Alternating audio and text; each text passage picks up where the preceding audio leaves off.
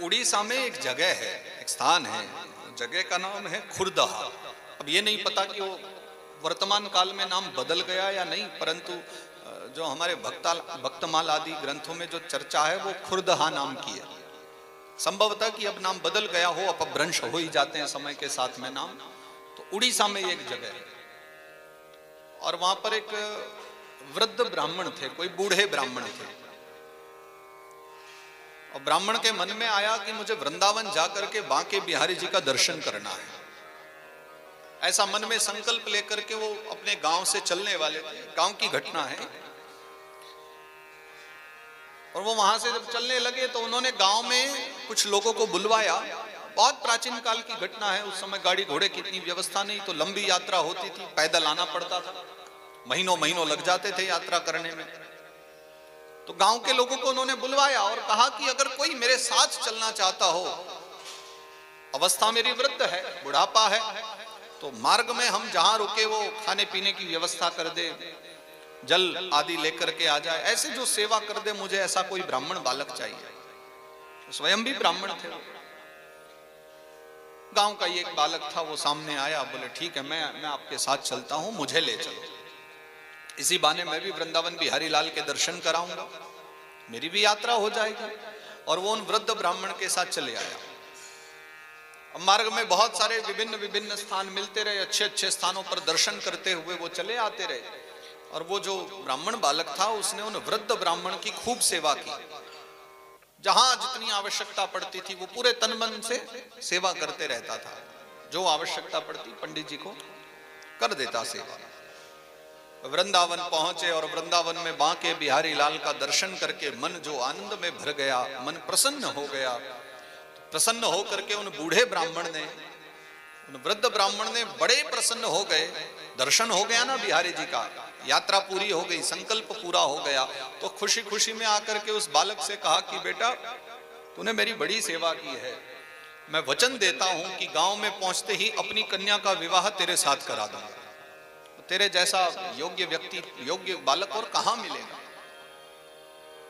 गांव पहुंचने दे, गांव पहुंचते ही अपनी कन्या का विवाह तेरे साथ करा दूंगा और उसके बाद मैं भजन करने चला जाऊंगा। मुझे क्या करना, जितनी संपदा है सब तुझे दे दूंगा। बालक ने कहा कि प्रभु, अभी तो मैंने आपकी सेवा की है, वृंदावन में खड़े हो, अब यहां आकर के तो भाव प्रकट हो ही जाता है। पर यह संसार ऐसा ही है कि वृंदावन से बाहर निकलोगे तो वैराग्य भी समाप्त हो जाएगा। और इसी को हमारे यहाँ संतों ने मरकट वैराग्य कहा है। मरकट यानी बंदर। बंदर की भांति वैराग्य भी कभी कभी आता है और कभी कभी चले जाता है। अब वृंदावन में आए हो तो वृंदावन में 7 दिन अगर कथा सुन लो ना, तो 7वें दिन तो इतना मन में भाव आ जाता है, बोले महाराज जी हमें भी कथा करानी है, अब तो हमारा भी बता दो कब होगी कथा। और कहीं 1 महीना बीत जाए, 1 महीने के बाद महाराज फोन करते रहेंगे, कथा कब हो रही है, कथा कब हो रही है। बोले अब तो ऊपर वाले का हुक्म होगा तभी कथा होगी। क्योंकि 1 महीने बाद तो वैराग्य भी धीरे धीरे, प्रेम भी खत्म होने की ओर चले जाता है।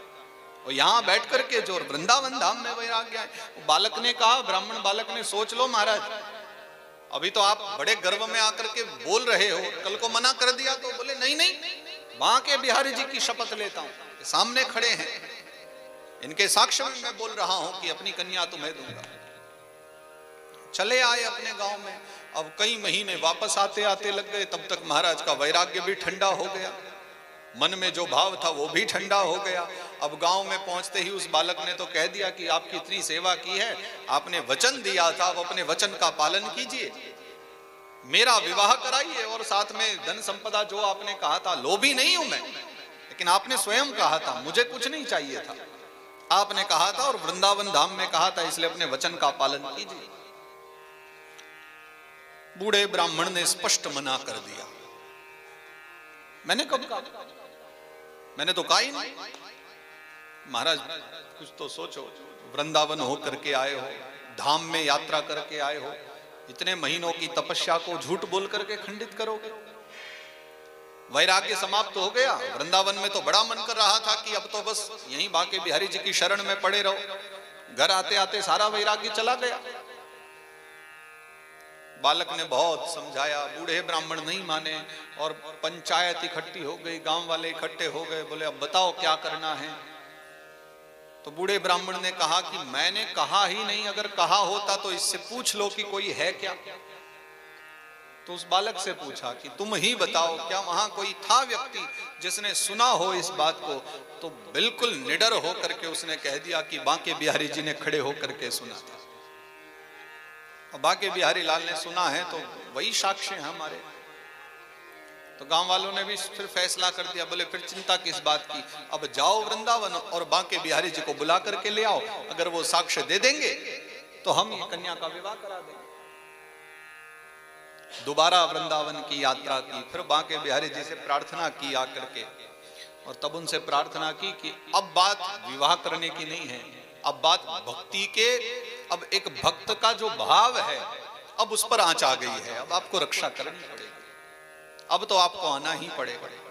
तो भगवान ने कहा चलो हम भी तैयार हैं चलने को, बस पीछे मुड़ करके देखना मत, हम चलते रहेंगे। मानूंगा कैसे कि आप चल रहे हो कि नहीं, भरोसा कैसे होगा। तो भगवान ने कहा हमारे पदचाप सुनाई देते रहेंगे, चलो। तब आगे आगे भक्त आए और पीछे पीछे भगवान यात्रा करते हुए आए, और उस गांव में पहुंच करके भगवान ने उस पंचायत में जा करके फिर सबको आज्ञा देते हुए और उस अपने भक्त की साक्ष्य देते हुए ये प्रमाणित किया कि हाँ इन्होंने मेरे सामने आकर के वचन दिया था। और वृद्ध ब्राह्मण ने अपने कानों के द्वारा दर्शन तो नहीं कर पाए भगवान का, क्योंकि आंखें उतनी सौभाग्यशाली नहीं थी, लेकिन कानों में जब वो अद्भुत वाणी पड़ी, उसको सुन करके वो चरणों में गिर पड़े भूमि पर, और पल भर में वैराग्य पुनः उपज गया। जो कुछ था सब कुछ दे दिया बालक को, विवाह भी करा दिया कन्या का, वचन दे दिया कि दे रहा हूं।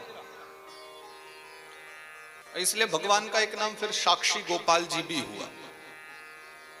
और ऐसी एक नहीं अनेकों कथाएं हैं जहां पर भगवान साक्ष्य देने के लिए गए हैं। इसलिए आपको विभिन्न विभिन्न स्थानों पर साक्षी गोपाल जी के मंदिर भी मिलेंगे। भगवान को तो कई बार जाना पड़ा है साक्ष्य देने, और भक्तों के लिए गए भी हैं। प्रबल प्रेम के पाले पढ़कर प्रभु को नियम बदलते देखा, अपना मान टले टल जाए भक्त का मान न टलते।